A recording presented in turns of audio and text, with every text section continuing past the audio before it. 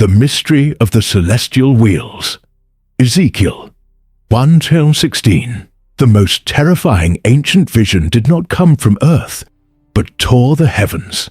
Everything that remained for him was the suffocating dust, the bitter humiliation of a forced exile, and the heavy silence of utter defeat. To truly comprehend the staggering magnitude of the terrifying glory that descended from the skies on that seemingly ordinary afternoon, we must first step into the shattered mind of the man who was looking up at the clouds. This individual was not a battle-hardened warrior accustomed to blood-stained fields, nor was he a fallen king grieving a lost crown, or a cunning diplomat negotiating treaties of peace. A captive of war, his entire destiny, meticulously drawn since his birth, had been violently stolen by the merciless hands of a foreign empire. The young man carried the weight of a sacred promise that, for all practical purposes, appeared completely dead. Yet, he stood on the precipice of witnessing an event so profoundly alien that the human mind lacked the neurological architecture, the vocabulary, or the conceptual framework to even begin describing it. Preparation for a singular, holy purpose had consumed his entire existence. Reaching 30 years of age marked the definitive temporal milestone of spiritual maturity within his culture, the exact moment when a man from the respected lineage of Levi was supposed to finally wear the pristine priestly garments. Duty dictated that he should be walking with deep reverence through corridors of carved stone, officiating blood sacrifices before the sacred veil in the temple, and feeling the rich aroma of incense fill the holy chambers. Those walls of gold and cedar, however, no longer existed. Sacred spaces had been violated and burned to the ground, leaving his imagined fine linen robes as nothing more than a distant fantasy replaced by sweat-soaked rags. Hands meant to hold the holy utensils of worship were now forced to dig through dirty mud to build irrigation canals for his mortal enemies. A severe crisis of identity burned in his chest like corrosive acid. Discovering who he truly was became an impossible task when the physical location of the divine presence, the exclusive earthly dwelling place of the Creator, lay hundreds of miles away, reduced to smoldering ashes. The trauma of his captivity extended far beyond the loss of physical freedom. It represented the catastrophic, agonizing loss of God's own proximity. Exactly in the year 593 before Christ, along the muddy, unforgiving banks of the river Chebar, this bleak narrative of continuous mourning was violently ripped apart. The surrounding historical environment breathed a suffocating cultural and religious oppression, dominated by Babylonians who firmly believed in the pagan concept of the Apsu, a massive, dark, subterranean cosmic abyss from which their priests claimed to draw ancestral magic and absolute power. They openly mocked the apparent weakness of Israel's deity for allowing the enslavement of his chosen people. Nevertheless, what this depressed, exiled priest was about to behold did not rise from the muddy, mythological depths of Babylonian rituals.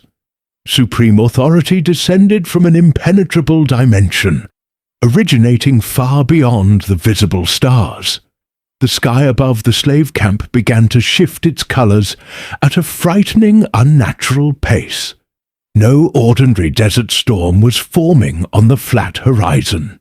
A violent, freezing north wind dragged an immense, black and formidably thick cloud into view, but it carried no water droplets to bless the failing crops. Pure, unadulterated fire consumed the atmosphere. This colossal inferno continuously folded in upon itself, violently churning from the inside out, pulsing at its core with a blinding magnetic brilliance resembling the color of glowing amber, a chaotic mixture of liquid gold and molten bronze. An absolutely deafening roar accompanied the phenomenon. This noise was far from the natural rumble of fading thunder. It was the thunderous march of an indestructible, approaching army. The ground beneath his feet trembled with violent intensity, while the Babylonian guards and fellow Hebrew slaves likely scattered in pure animalistic panic. He found himself utterly incapable of moving a single muscle. Terror paralyzed his legs completely. Bulging eyes remained magnetically fixed on the electrical tempest that behaved less like a weather event and more like a massive, breathing biological organism. Figures began to emerge from the heart of that central whirlwind of inextinguishable flames, stepping out of the aerial furnace. The visual shock that immediately followed was so brutal and immediate that the entire psychological structure of the captive priest nearly collapsed into irreversible madness. He stood face to face with the absolute unfathomable. Whatever those entities stepping out of the fire were, they effortlessly tore apart all earthly laws of physics and every biological rule known to mankind. A vague, distant resemblance to the human anatomical form could be seen as they stood upright, but they were definitively not men. Each of those imposing entities simultaneously possessed 4 perfectly sculpted faces and 4 immense wings, while their bodies and straight feet shone intensely like polished bronze, fresh from a forge. Movement happened with the instant erratic speed of lightning crossing the darkness. Turning their bodies mechanically to change direction was entirely unnecessary for them. They simply advanced straight ahead in whichever direction they chose, propelled telepathically by a sovereign, invisible guiding spirit. Dr. Alistair MacIntyre, in his comprehensive theological manuscript, The Nomadic Sanctuary, firmly argues that the celestial gears and paradoxical beings described in this passage were by no means the metallic technology of extraterrestrial visitors, but rather the raw manifestation of God's unfathomable dynamic glory, serving to theologically reveal to the captive Jewish heart that the sovereign presence is never chained or caged within any human architectural temple. Reality itself seemed to bend as the physically impossible operated openly in the visible world. Every precious second that the immense cloud of flames expanded across the grey firmament exposed more of the complex divine structure to the insignificant dust of the earth. The exiled captive found himself staring directly at the cosmic reality that the spiritual universe had actively fought to hide from mortal eyes ever since the tragic banishment from the Garden of Eden. He was looking at the royal cherubim, the elite guard, the majestic bearers of holiness itself, who protect the pathway to the tree of life. Frightening as their physiognomy was, the true terror lay in the realization that the vision, despite already being oppressively colossal, had only just begun to unfold its true magnitude before his bewildered face. If this fascinating biblical revelation is strengthening your faith and deepening your understanding of Scripture, subscribe to the channel now, leave a like, and share this video to reach more people. The density and prophetic weight contained within those 4 imposing faces formed a celestial enigma that would traverse millennia without ever losing its vital power. Observation revealed that the front of those creatures bore the noble physiognomy of a man, representing the majestic crown and intentional intelligence of all creation. shifting the gaze slightly to the right of each, being unveiled the unforgiving visage of a lion, the definitive symbol of governmental majesty, untamed dominion, and unshakable ferocity. To the left stood the strong, tireless structure of an ox's face, the ultimate representation of inexhaustible physical strength and the humility of servitude. Looking at the back of their heads exposed the majestic face of an eagle in full flight, capturing the essence of absurdly acute vision, aerial mystery, and purely celestial transcendence. Centuries later, the early church, driven by deep doctrinal zeal, would see in this bizarre facial composition not merely mythical figures, but the most perfect and eloquent divine typology of the four gospel accounts.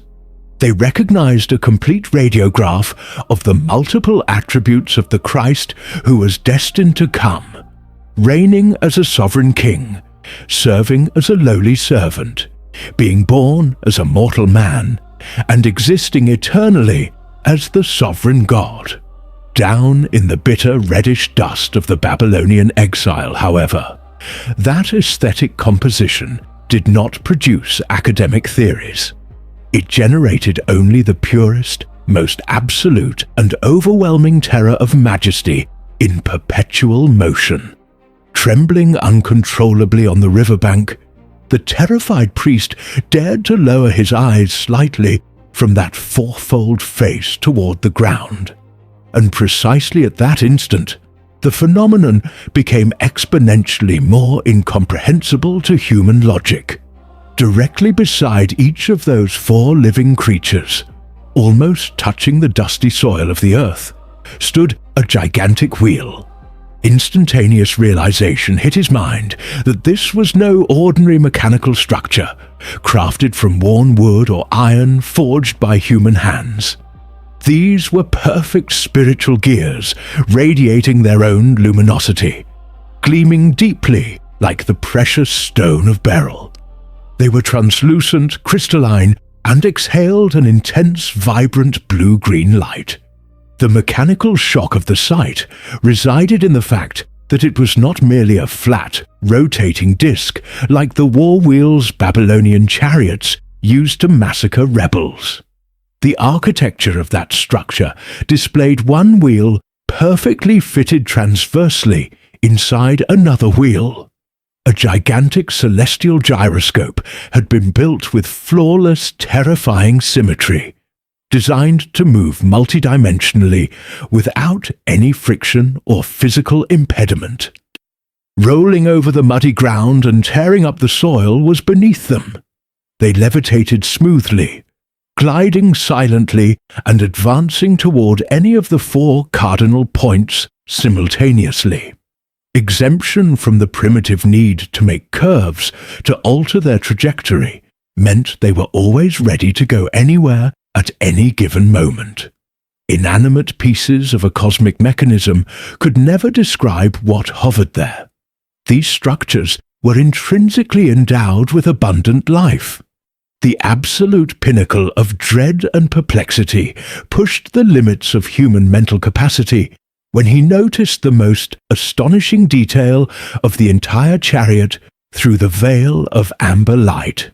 The robust concentric rims of those crossed wheels reached dizzying heights, imposing an overwhelming fear that would freeze the blood of anyone daring to look. Scattered across the entire vertiginous circumference of those gigantic rims, the whole structure was literally riddle-filled and swarming with countless eyes. Thousands of vivid, alert, conscious eyes blinked and silently, penetratingly observed every minuscule particle of dust and every accelerated heartbeat in his chest. In this theological study compiled on June the 3rd, 2026, we realize that contemporary humanity incessantly projects its deepest anxieties and fears into the skies through an almost religious fascination with unexplained phenomena and visitors from distant galaxies. Modern society seeks in official reports of flying objects the very answer that the young priest found overwhelmingly in the revelation of divine omniscience. Those infinite eyes engraved on the wheels were not the cold sensors of an advanced interplanetary surveillance technology. They stood as the absolutely unquestionable metaphorical and theological symbol that the Creator sees absolutely everything in all places at the same time. Omniscience has eyes scattered throughout the entire fabric of reality. No exiled, humiliated orphan falls outside of that sight. No arrogant empire plots in secret beyond immediate reach. The heavens are not blind to the suffering of the world, nor do they sleep while the oppressed weep in the dark corners of history. Whenever the creatures methodically beat their four massive flaming wings, the resulting noise resonated like the formidable roar of rushing waterfalls. This unmistakable acoustic representation echoed the voice of the Almighty Himself, the vibrating sound of a vast military camp moving in perfectly orchestrated rhythm. Synchronicity of movement displayed a sublime and disturbing mathematical precision. Wherever the mysterious spirit of life directing the creatures decided to go, the gyroscopic gears full of eyes instantly followed in perfect unison. An umbilical link connected them, perfectly coordinated by a single, invisible and supreme will that governed the entire apparatus. Not the slightest fraction of a second of misalignment or communication failure existed between thought and execution. The complexity of the celestial command architecture operated in the most perfect, beautiful, and terrifying cosmic harmony.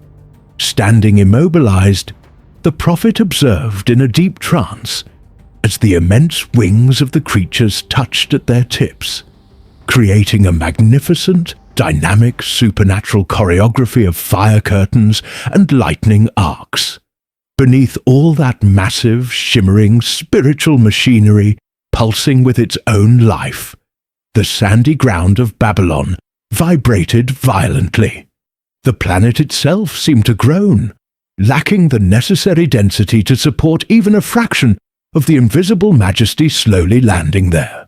Glory, previously exclusive to closed, pure precincts, now plummeted unceremoniously into the violent, hostile, impure, and deeply pagan land where false deities received blood-soaked worship. This simple fact shattered into 1,000 pieces the fragile systematic theology the solitary man had learned during his childhood. Rigid, narrow theological mindsets of that era chained the manifestation of the real presence solely to the most holy place, locked inside the dark room of the temple, built by Solomon in Jerusalem. Divinity supposedly operated exclusively through the strict system of Levitical rites.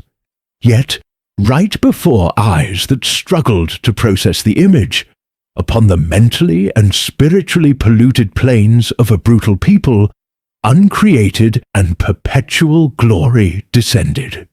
The majestic throne of the universe, it turned out, possessed monumental wheels. The profound divine impact of this revelation instantly healed a portion of his torn soul. Abandonment of his precious people in the bitter valley of dark captivity was never part of the divine plan. The Creator had packed his bags, travelled with the defeated, and marched silently beside the heavy bronze chains. He crossed the arduous, unforgiving Arabian desert and endured the freezing nights of the forced march alongside them. Now, he invaded the earthly dimension and descended in immeasurable splendor amidst a mass of exhausted slaves, tearing the dimensional veil to prove definitively that monarchical dominion knows no political, geographical, or architectural boundaries. The celestial seat had not remained empty. It was, by nature, indomitably mobile. guided always by the omnipresence of its occupant. At that exact instant, the entire apparatus of shining wheels, four-faced beings, omniscient eyes, and roaring cataracts halted its movement. It pointed directly and intentionally at a tiny, despicable, dirty man lying prostrate in the dust. Cosmic loneliness ended right there. History's most arduous prophetic calling was being forged in direct fire at that moment, marking the chosen vessel not merely in the flesh, but deep within the soul. Directly above the gleaming heads of those four-faced living creatures, a new and colossal dimension of the vision unfurled. A vast firmament extended horizontally, but it was not composed of vapor or gas like our familiar blue afternoon sky. Frightening and cold, it shone with the appearance of a terrible translucent crystal, glittering intensely like an immense, thick slab of perfectly resplendent ice stretched mercilessly over all creation. The sight ascended in continuous, dizzying steps of glory and reverence.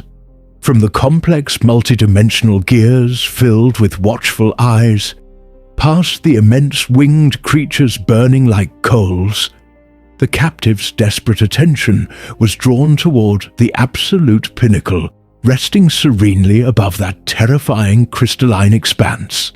The thunderous climax of this immeasurable theophany, which tore the heavens and silenced the earth, approached rapidly and inexorably. Right in the elevated center of that freezing brilliant crystal firmament sat a structure that only vaguely resembled the shape of a grand monarchical throne. Corruptible gold or rare earthly woods had no place in its construction. It appeared sculpted entirely from the purest sapphire precious stone.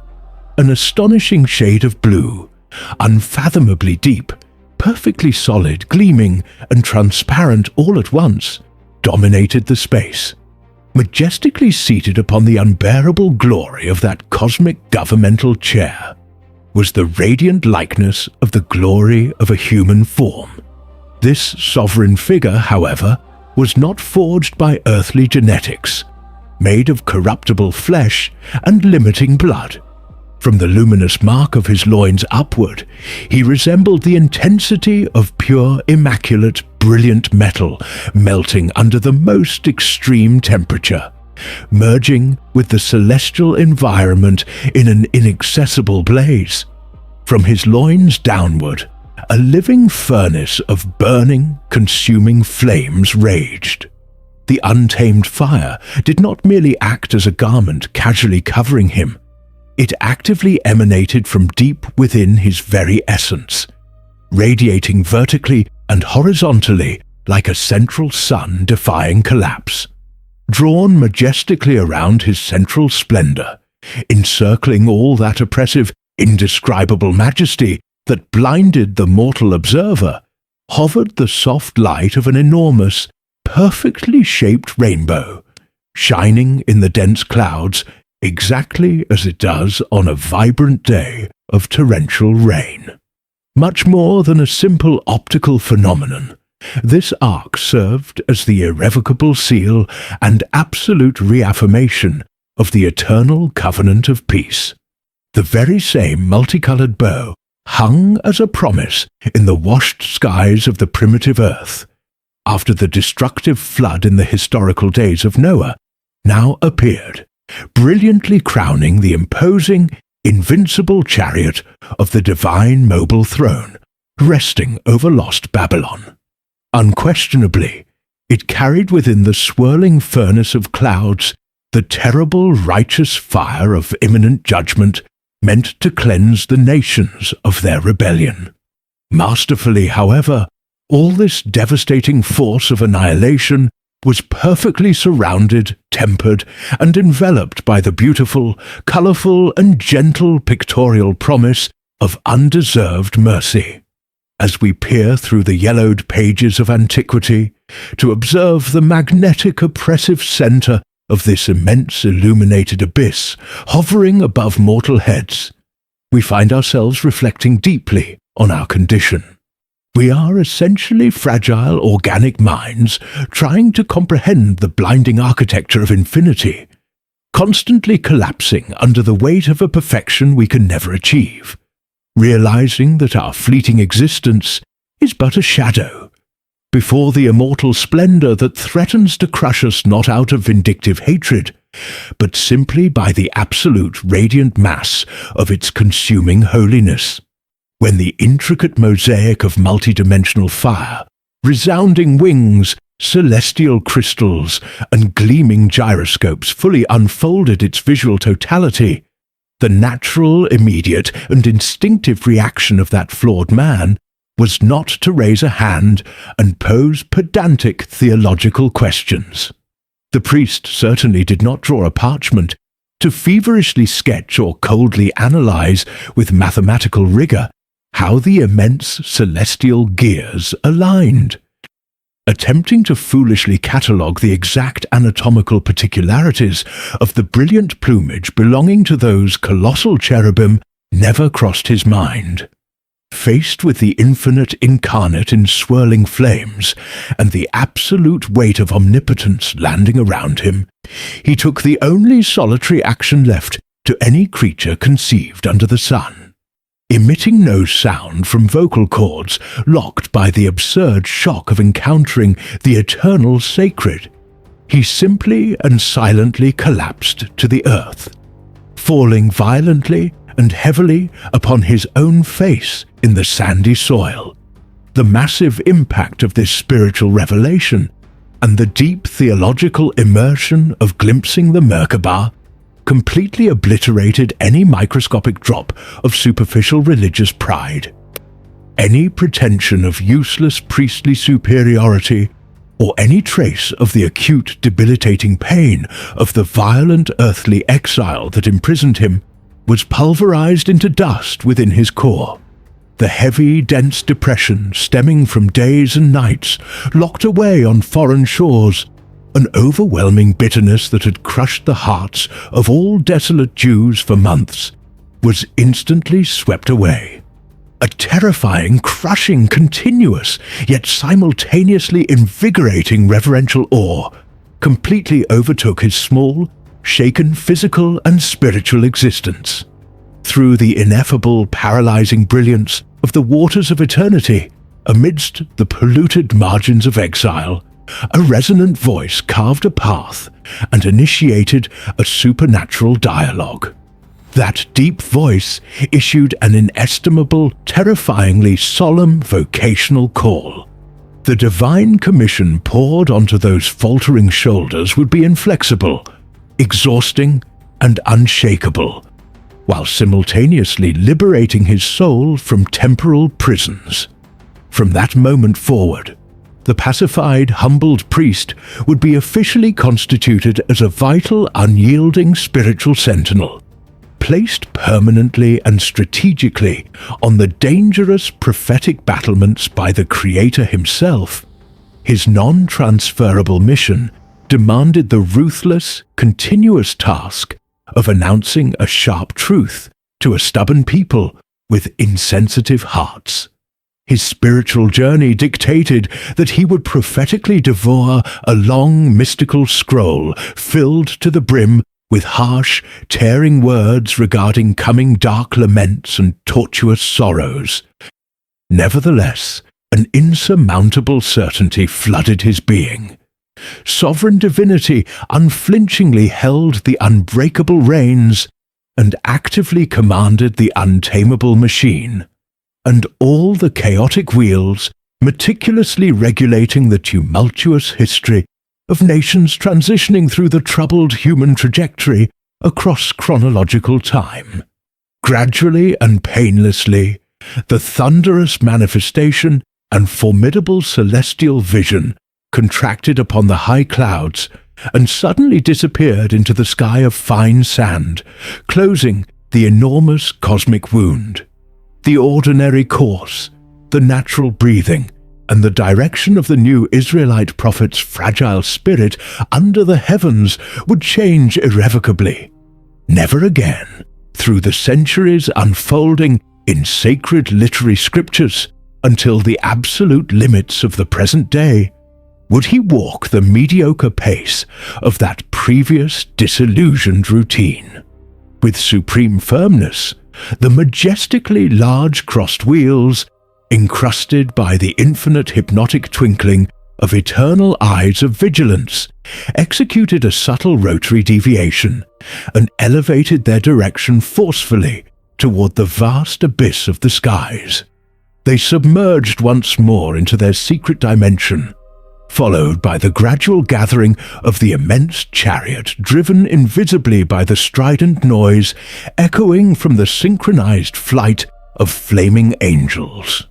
The vibrant rumble of countless roaring oceans beneath the crystalline vault faded away, like sporadic rain consumed in a distant lightning bolt, vanishing to the north.